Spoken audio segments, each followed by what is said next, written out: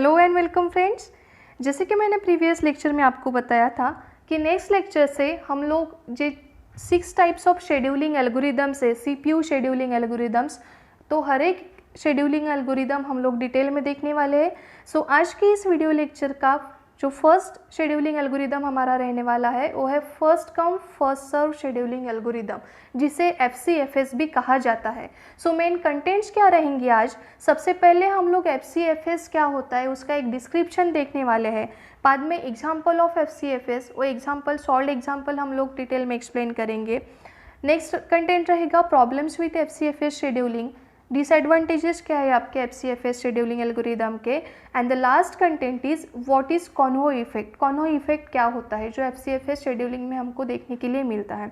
So let's move towards description of FCFS। FCFS mainly क्या होता है, किस तरह से वर्क करता है FCFS algorithm. So the simplest CPU scheduling algorithms is the first come first serve scheduling algorithm।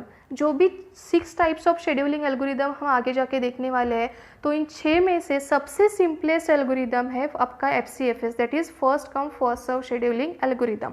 With this scheme, the process that requests the CPU first is allocated the CPU first। मतलब simple है कि system में जितनी भी processes available है उसमें से जिस प्रोसेस ने CPU की फर्स्ट डिमांड की उसको CPU फर्स्ट एलोकेट किया जाता है। जिसने CPU पहले मांगा उसको सबसे पहले CPU मिलेगा।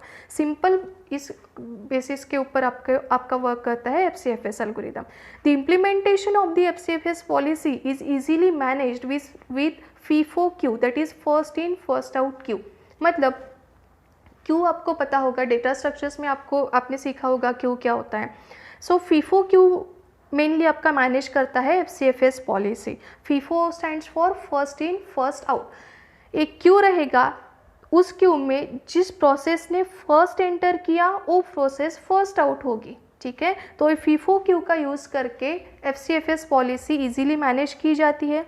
It is a non pre-emptive in nature. This FCFS algorithm is non pre-emptive in nature. मतलब प्रोसेसेस की प्रायोरिटीज़ यहाँ पे मैटर नहीं करती। अगर प्रोसेस P1 को आपने CPU अलोकेट करके दिया है तो जब तक प्रोसेस P1 का एग्जीक्यूशन कंप्लीट नहीं होता तब तक और किसी प्रोसेस को CPU नहीं मिल सकता। So this is non pre-emptive in nature. A perfect real life example of FCFS scheduling is buying tickets at a ticket counter। अगर कभी मूवी देखने आप चले गए तो टिकट काउंटर में जब आप खड़े रहते हो तो वो हो गया perfect real life example of FCFS। मतलब उस टिकट काउंटर में जो इंसान सबसे पहले आएगा उसको सबसे पहले टिकट्स मिलेगी, और यही पॉलिसी पे आपका वर्क करता है FCFS algorithm. When a process enters the ready queue में जब प्रोसेस एंटर करती है तो its PCB is linked on to the tail of the queue. जब भी कोई नई प्रोसेस रेडी क्यू में एंटर करेगी तो उसका PCB that is process control block, आपको पता ही होगा कि ऑपरेटिंग सिस्टम में हर एक process is represented by it's PCB that is process control block. जब भी कोई प्रोसेस रेडी क्यू में एंटर करती है तो उसका PCB उस क्यू के टेल में मतलब बैक साइड में लिंक कर दिया जाता है। When the CPU is free, it is allocated to the process at the head of queue।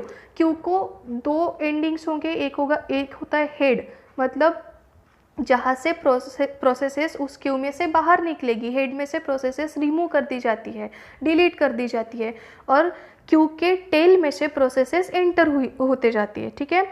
अभी जब भी आपका CPU फ्री होगा तो वो CPU क्यू के हेड में जो प्रोसेस होगी, मतलब क्यू में जो सबसे पहले प्रोसेस आई होगी उस प्रोसेस को आपका CPU अलोकेट कर दिया जाता है।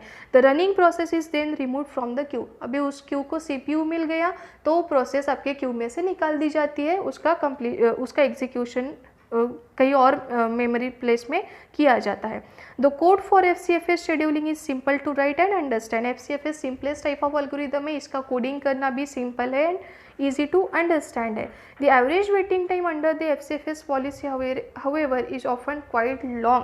वेटिंग टाइम बहुत ज़्यादा लग जाता है, बहुत ज़्यादा इफ़िशियंट नहीं है। सिंपलेस्ट है लेकिन इफ़िशियंट नहीं है क्योंकि वेटिंग टाइम बहुत ज़्यादा होता है FCFS पॉलिसी में।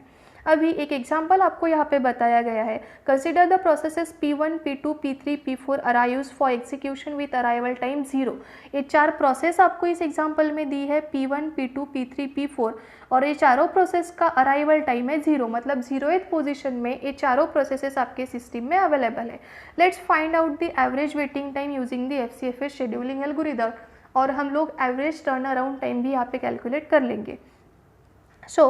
देखिए, जब भी आपको एग्जाम्पल में, आपको जब पेपर में क्वेश्चन आता है तो उस क्वेश्चन में आपको इतना एक टेबल गिवन होता है और क्या कैलकुलेट करना है वो गिवन होता है। अभी टेबल में आपको प्रोसेसेस दी है 4, P1, P2, P3, P4, और इन चारों प्रोसेसेस का बर्स्ट टाइम दिया है। P1 का बर्स्ट टाइम है 21, P2 का 3, P3 का burst time is 6 and P4 का बर्स्ट टाइम 2। अभी बर्स्ट टाइम मतलब क्या कि एक प्रोसेस को खुद का एग्जीक्यूशन कंप्लीट करने के लिए जितना टाइम लगता है उसे कहा जाता है बर्स्ट टाइम।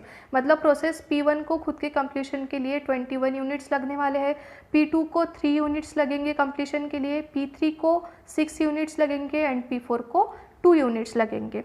तो आपको सॉल्यूशन में सबसे पहले तो एक जैंट चार्ट क्रिएट करना होता है। Giant chart will always start from your 0th position. अभी अराइवल टाइम चारों प्रोसेस का 0 है, मतलब 0th पोजीशन में चारों प्रोसेसेस आपके पास अवेलेबल है, और हम कंसिडर करेंगे कि P1, P2, P3, P4 यही ऑर्डर में सिस्टम में प्रोसेसेस आई है। तो जो प्रोसेस सबसे पहले आई उसको हम लोग सबसे पहले CPU अलोकेट करके देंगे, उस प्रोसेस को सबसे पहले हम एग्जीक्यूशन के लिए लेंगे। तो सबसे पहले प्रोसेस कौन सी आई? P1। तो 0th पोजीशन से हमने P1 का एग्जीक्यूशन स्टार्ट किया। P1 का बर्स्ट टाइम है 21 यूनिट्स, तो 0 से लेके 21 यूनिट्स तक, 21th पॉइंट तक, 21st पॉइंट तक हम लोग P1 को एग्जीक्यूट करेंगे। अभी 21st पॉइंट पे P1 का एग्जीक्यूशन खत्म हो गया, सो सेकेंड प्रोसेस सिस्टम में आई वो कौन सी है? P2। P2 को हमने यहाँ पे स्टार्ट किया, P2 का बर्स्ट टाइम है 3, सो 21 + 3 दैट इज 24। अभी 24th पॉइंट तक हम लोगों ने P2 को एग्जीक्यूट किया। Next process is P3। अभी 24th पोजीशन से हम लोगों ने P3 का एग्जीक्यूशन स्टार्ट किया। P3 का बर्स्ट टाइम है 6, सो 24 + 6 30, सो 24 से लेके 30 तक P3 का एग्जीक्यूशन कंप्लीट हो जाएगा। और ये 30th पोजीशन पे जो लास्ट प्रोसेस है, जो लास्ट रिमेनिंग प्रोसेस है दैट इज P4, सो ये 30th पोजीशन से P4 का एग्जीक्यूशन स्टार्ट करेंगे। P4 का बर्स्ट टाइम है 2, सो 30 + 2 32, और इस 32nd पॉइंट तक हम लोगों ने P4 को एग्जीक्यूट किया। सो इस जैंट चार्ट, एक बार आपने ये जैंट चार्ट कैलकुलेट कर लिया, ये जैंट चार्ट प्रिपेयर कर लिया कि उसके बेसिस के ऊपर आप waiting time and turn around time easily calculate कर सकते हो। सो यहाँ पे द एवरेज वेटिंग टाइम आपको दिया है। अभी एवरेज वेटिंग टाइम में आपको यहाँ पे दिख रहा होगा, एवरेज वेटिंग टाइम मतलब waiting time of each process divided by number of processes. अभी waiting time of P1, 0th position से ही P1 का एग्जीक्यूशन स्टार्ट किया, so waiting time of P1 is 0, ठीक है। P2 का वेटिंग टाइम, P2 का एग्जीक्यूशन 21st पॉइंट से आपने स्टार्ट किया, मतलब 21 पॉइंट के बाद आपने P2 का एग्जीक्यूशन स्टार्ट किया, तो P2 को कितने पॉइंट्स तक वेट करना पड़ा? 21, जब तक P1 का एग्जीक्यूशन खत्म नहीं हुआ। So the waiting time of P2 is 21। P3 को कितना वेट करना पड़ा? 24, सो waiting time of P3 is 24 and P4 का एग्जीक्यूशन कब स्टार्ट हुआ? 30th पोजीशन पे, so the waiting time of P4 is 30। और इन सब की एडिशन करने के बाद अगर इसको हम लोग 4 से, मतलब number of processes which are 4, तो 4 से डिवाइड करते हैं तो 18.75 मिली सेकेंड्स में आपका एवरेज वेटिंग टाइम कैलकुलेट होता है। यहाँ पे देखिए, the average waiting time will be 18.75 milliseconds. यही बातें जो मैंने आपको अभी बताई, यही सब यहाँ पे दिया है। देखिए, for the above given processes first P1 will be provided with the CPU resources, his waiting time for P1 is 0। सबसे पहले P1 को एग्जीक्यूशन में लिया तो waiting time of P1 is 0। P1 requires 21 milliseconds for completion, his waiting time for P2 is 21, क्योंकि P1 को 21 milliseconds लगने वाले हैं और 21 milliseconds के बाद आप P2 का एग्जीक्यूशन स्टार्ट करोगे, सो ऑब्वियस है कि P2 का वेटिंग टाइम रहेगा 21। और इस तरह से P3, P4 का एक वेटिंग टाइम कैलकुलेट किया जाता है। और फिर एवरेज वेटिंग टाइम कैलकुलेट करने के लिए waiting time of P1 + P2 + P3 + P4 divided by number of processes which are 4, और ये सब कैलकुलेट करने के बाद एवरेज वेटिंग टाइम आपका आता है 18.75 milliseconds. Now formula to calculate turn around time is completion time minus arrival time of each process. अगर आपको टर्न अराउंड टाइम भी कैलकुलेट करने के लिए बोला तो टर्न अराउंड टाइम का फॉर्मूला क्या होता है, completion time minus arrival time. So the average turn around time in the above example is, ये मैंने डायरेक्टली कैलकुलेट करके दिया है। देखिए हम लोग एक बार फिर से देख लेते हैं। अभी P1 का टर्न अराउंड टाइम अगर निकालना है तो turn around time is equals to completion time minus arrival time. So P1 का कंप्लीशन टाइम है 21 माइनस अराइवल टाइम तो सभी के 0 है, चारों प्रोसेस के 0 है। So completion time of P1 is 21 minus 0 is 21, मतलब टर्न अराउंड टाइम क्या हुआ P1 का 21, जो यहाँ पे हमने लिया है।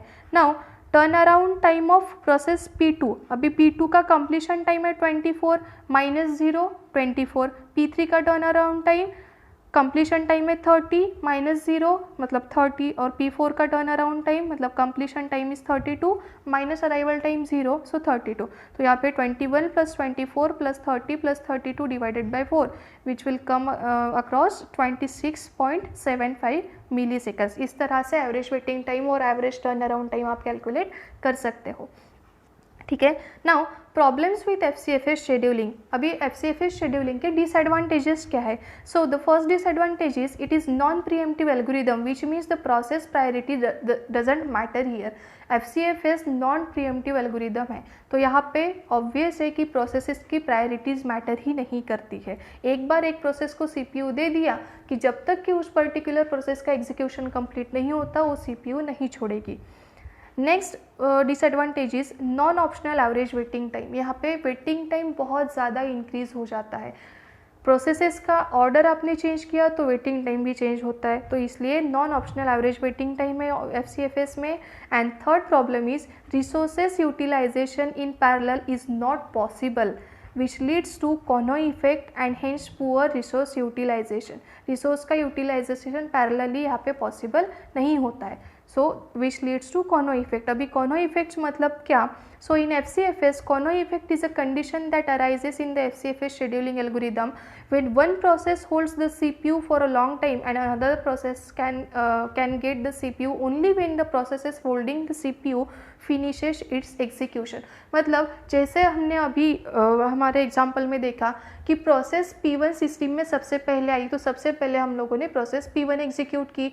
अभी प्रोसेस P1 का बर्स्ट टाइम था 21 मिली सेकेंड्स, तो ऑब्वियस है कि P2, P3, P4 को उतने देर के लिए वेट करना पड़ेगा क्योंकि CPU को तो ऑलरेडी होल्ड करके रखा है P1 ने, ठीक है। P1 का एग्जीक्यूशन 0th पोजीशन से स्टार्ट किया तो 0 से लेके 21 तक 21 मिली सेकेंड्स तक सिर्फ P1 के पास ही वो CPU रहेगा, बाकी किसी भी प्रोसेस को CPU नहीं मिल सकता। मतलब ऐसे केसेस में क्या हो जाता है कि बाकी की रिमेनिंग प्रोसेसेस को वेट करना पड़ता है बहुत ज़्यादा, और इस इफेक्ट को कहा जाता है convoy effect. Due to this resource utilization is poor. Convoy effect के वजह से सिस्टम का रिसोर्स यूटिलाइजेशन पुअर होता है and also affects the performance of the operating system, और ओवरऑल ऑपरेटिंग सिस्टम के परफॉर्मेंस पे भी अफेक्ट करता है आपका कोनो इफेक्ट। सो इस तरह से रहा हमारा first come first serve algorithm. यहाँ पे एक एग्जाम्पल प्रैक्टिस के लिए मैंने दिया है। अगर आपको थियोरी समझ में आ गई है, FCFS एल्गोरिदम यूज़ करके एग्जांपल्स कैसे सॉल्व करना है समझ में आ गया है, तो प्लीज़ इस एग्जांपल को ट्राई करके देखिए, सॉल्व करने का कोशिश करिए। सॉल्व करने के बाद आंसर्स आप कमेंट बॉक्स में या फिर जो मेल आईडी मैंने प्रोवाइड किया है मेरा, तो मेल पे भी आप आंसर आपके सेंड कर सकते हो। नेक्स्ट एल्गोरिदम के लिए चैनल पे बने रहे। Thank you, have a great day.